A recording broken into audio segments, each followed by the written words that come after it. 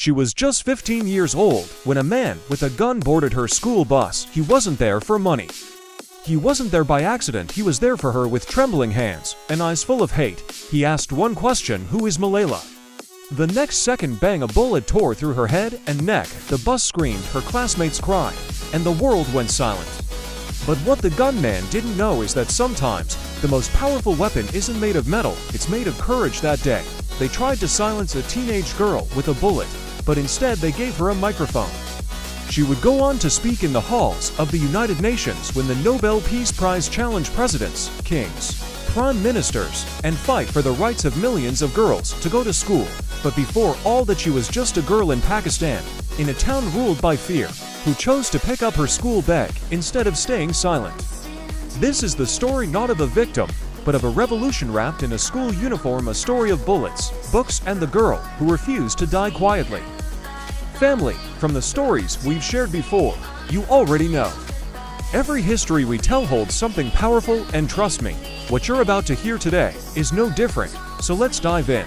And if you haven't yet, make sure to hit that subscribe button and join this growing channel of truth, impact, and inspiration.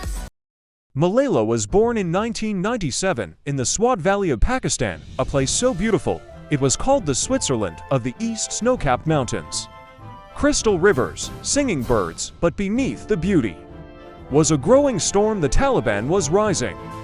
Music was being banned, girls were being told to stay home.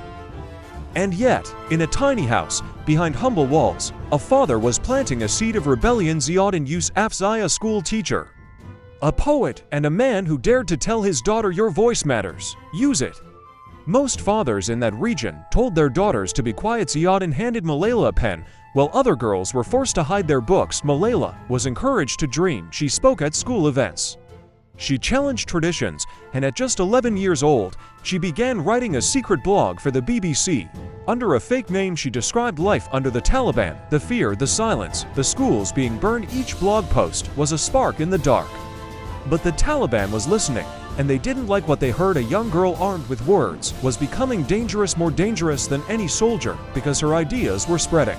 Her speeches gained attention, her interviews went viral, her voice was echoing around the world, until finally, she was no longer anonymous. They knew her name, and they wanted it erased. Malala was riding home from school laughing with her friends. The school bus stopped. A masked man climbed aboard. He pointed a gun and asked, who is Malala? Before anyone could answer, bang, a bullet shattered the silence. It entered her head, exited through her neck, and left the world holding its breath for hours. No one knew if she would survive, but in a hospital bed in Birmingham, England, a miracle happened. She woke up. They tried to kill her to keep girls quiet. But when Malala opened her eyes, she did something the Taliban never expected. She spoke louder, with part of her face paralyzed and scars still healing. She gave her first speech. They thought the bullet would silence me, but nothing changed in my life except this weakness. Fear and hopelessness died. Strength, power, and courage were born. The girl was back, and this time the world was listening.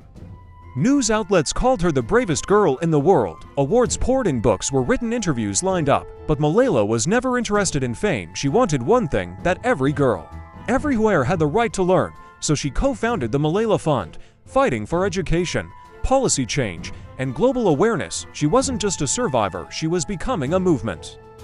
On her 16th birthday, she stood in front of the United Nations wearing a shawl that once belonged to Benazir Bhutto. Her voice trembled, but it never cracked. One child, one teacher, one book, and one pen can change the world. The hall erupted, grown men wept, a standing ovation followed. The world realized this wasn't just a girl from Pakistan, she was a flame, and flames ignite revolutions. In 2014, Malala became the youngest Nobel Peace Prize winner in history. At age 17, she stood next to Kailash Satyarthi, an Indian child rights activist. Together, they symbolized unity beyond borders.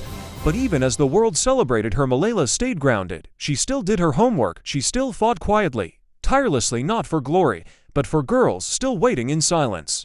But fame comes with a price in Pakistan. Some called her a puppet, a Western agenda, a traitor. Death threats followed, protests erupted. But she never fought back with hate. She fought with ideas. I don't want revenge on the Taliban. She said, I want education for their daughters. That is what makes her different, not her survival, but her forgiveness. Malala wrote a memoir, I Am Malala. It became a global bestseller. She spoke at Oxford, met presidents, visited refugee camps, but behind the spotlight, she was still a girl, dealing with trauma, culture shocks, and pressure still. She never lost her mission. Education is not a privilege, is a right. Millions of girls are now in school because of one girl who refused to stay quiet. Her foundation works in Nigeria, Afghanistan, India, Brazil. She pushed for climate justice, refugee rights. Girls in STEM. Malala proved that a single voice, no matter how young or how wounded, can move mountains not by shouting, but by speaking with truth. In a world where power is often loud and cruel, Malala became a symbol of soft resistance. She built a global sisterhood, empowering young girls to lead, dream, fight. Her story is no longer just hers. It belongs to every girl told you're not allowed. Every girl told it's too dangerous. Every girl who whispers, I want more. Malala continues her work today. She graduated from Oxford, she married, she keeps fighting, and yet she still carries the memory of that bullet, not as a scar, but as a reminder that silence is never the answer and education is the cure. She was never meant to survive, she was never meant to speak, but Malala Yousafzai did more than survive. She sparked a global movement. She reminded us that a schoolgirl with nothing but a notebook and a dream could shake the most powerful weapons in the world, not with fear, not with force, but with hope. And in the end, it wasn't the bullet that made her famous, it was the silence she refused to keep. This was the story of a true legend. See you in the next one, where another legend awaits. Don't forget to like, subscribe, and stay inspired. Until next time, goodbye.